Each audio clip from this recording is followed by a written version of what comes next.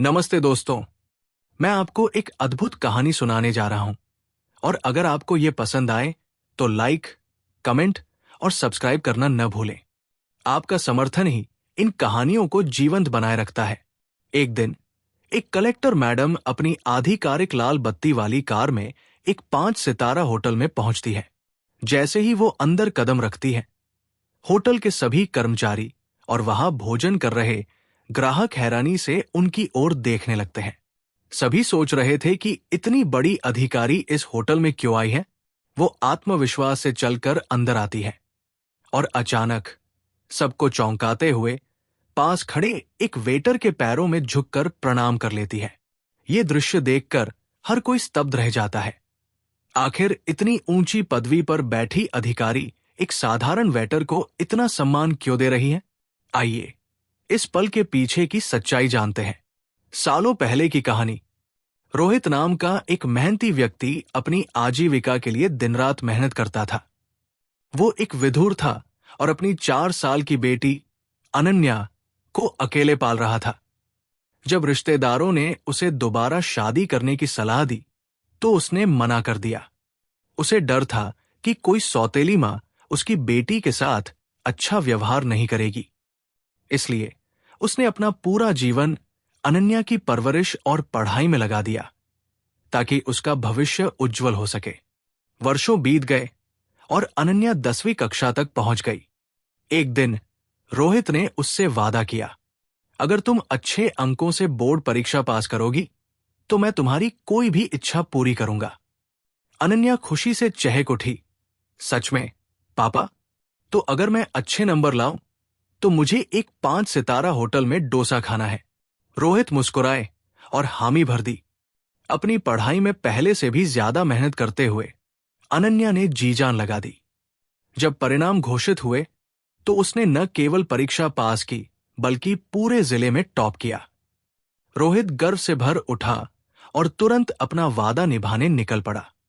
उनकी आर्थिक स्थिति ज्यादा अच्छी नहीं थी, लेकिन उन्होंने इस मौके के लिए थोड़ा बहुत पैसा बचाकर रखा था। साधारण कपड़ों में वे दोनों 5 सितारा होटल पहुंचे। जैसे ही वे अंदर गए, वहां के ग्राहक उन्हें उत्सुकता से देखने लगे और उनके बारे में कानाफूसी करने लगे। एक वेटर सुरेश उनके पास आया और पूछा, सर, आप क्या ऑर्डर करना चाहेंगे? रोहित ने जवाब दिया, मेरी बेटी के लिए सिर्फ एक डोसा। और आपके लिए? सर, मेरे लिए कुछ नहीं, मैं यहां सिर्फ अपनी बेटी की इच्छा पूरी करने आया हूं। उसने मुझसे कहा था कि अगर वो टॉप करेगी तो उसे 5 सितारा होटल में डोसा खाना है। मैं सिर्फ एक डोसे के लिए पैसे बचा पाया हूं। दयालुता का पल। यह सुनकर सुरेश का दिल भर आया। उसने होटल के मालिक श्री शर्मा को यह बात बताई, सर, यह बच्ची पूरे जिले में टॉप आई है और उसके पिता उसे यहां मनाने के लिए लाए हैं, लेकिन वे सिर्फ एक डोसा ही खरीद सकते हैं। मैं चाहता हूं कि उनका पूरा खाना मैं अपनी तनख्वाह से चुका दूं। शर्मा जी मुस्कुराए और बोले, सुरेश, उदारता का श्रेय सिर्फ तुम्हें ही क्यों मिले? इस बच्ची ने हमारे पूरे शहर का नाम रोशन किया है। आज रात इस होटल में हर कोई मुफ्त में खाना खाएगा। होटल में खुशी की लहर दौड़ गई। अनन्या और रोहित के लिए एक खास टेबल सजाई गई। एक केक लाया गया और घोषणा की गई, इस बच्ची अनन्या ने हमारे जिले में टॉप किया है। उसकी सफलता के सम्मान में आज रात सभी के लिए भोजन मुफ्त है। रोहित की आंखें भर आई। उन्हें लगा कि कहीं बाद में उनसे पैसे मांग लिए जाएंगे, लेकिन सुरेश ने उन्हें भरोसा दिलाया कि यह सब होटल मालिक की तरफ से है। शर्मा जी खुद आगे आए और उन्हें मिठाइयां दी ताकि वे अपने पड़ोस में बांट सकें।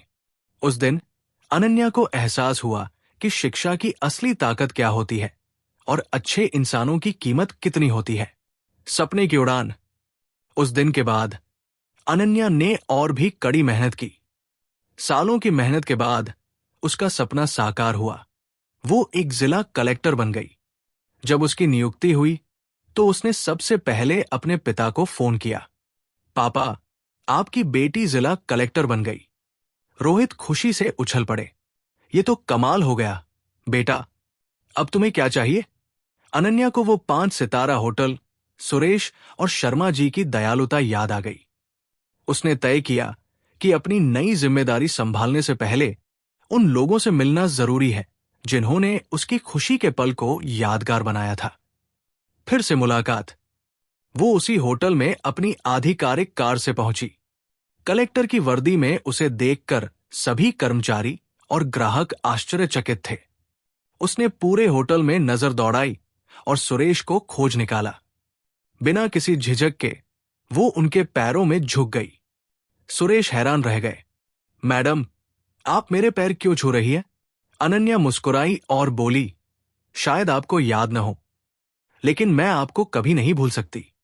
जब मैं अपने पिता के साथ यहां एक डोसा खाने आई थी, तो आपने और शर्मा जी ने हमें सिर्फ खाना ही नहीं, बल्कि हौसला और सम्मान दिया था। उसी प्रेरणा के कारण आज मैं जिला कलेक्टर हूं। सुरेश भावुक हो गए। अनन्या, ये तो वही छोटी बच्ची है। हमें अंदाजा भी नहीं था कि जिस बच्ची की हमने दावत मनाई थी, वो एक दिन कलेक्टर बनकर लौटेगी। अधूरी कहानी का अंत। अनन्या ने शर्मा जी के बारे में पूछा, लेकिन सुरेश का चेहरा उतर गया। मैडम, उन्होंने होटल बेच दिया। उनकी पत्नी की तबीयत बहुत खराब थी और उनका पूरा धन इलाज में चला गया। उनके निधन के बाद वो अकेलेपन में टूट गए, शराब के आदी हो गए और सब कुछ खो बैठे। उनके कोई संतान नहीं थी, इसलिए मैंने उन्हें अपने पास रख लिया है। यह सुनकर अनन्या का दिल टूट गया। उसने तुरंत सुरेश से उन्हें ले चलने को कहा। जब वो बूढ़े और कमजोर शर्मा जी से मिली, तो उनके पैर छूकर रो पड़ी। सर, ये वही बच्ची है जिसके लिए आपने कभी शानदार जश्न रखा था। वो अब जिला कलेक्टर बन गई है। शर्मा जी की आंखों से आंसू बहने लगे। अनन्या ने कहा, जीवन ने आपके साथ अन्याय किया, लेकिन किस्मत ने हमें फिर से मिला दिया। अब से आप मेरे और पापा के साथ रहेंगे। वो उन्हें अपने घर ले आई, जहां रोहित ने उनका गर्मजोशी से स्वागत किया। शादी के बाद भी अनन्या ने अपने पति से कहा, मेरे 2 पिता हैं और दोनों हमारे साथ रहेंगे। उनके पति ने सहमति जताई और उन्होंने रोहित और शर्मा जी की देखभाल प्यार और सम्मान के साथ की। जिस दयालुता ने एक बच्ची का जीवन बदल दिया था, उसी बच्ची ने उस दयालु व्यक्ति का जीवन संवार दिया। अगर ये कहानी आपको पसंद आई तो इसे शेयर करें और हमें बताएं कि आपको इसमें सबसे अच्छा क्या लगा।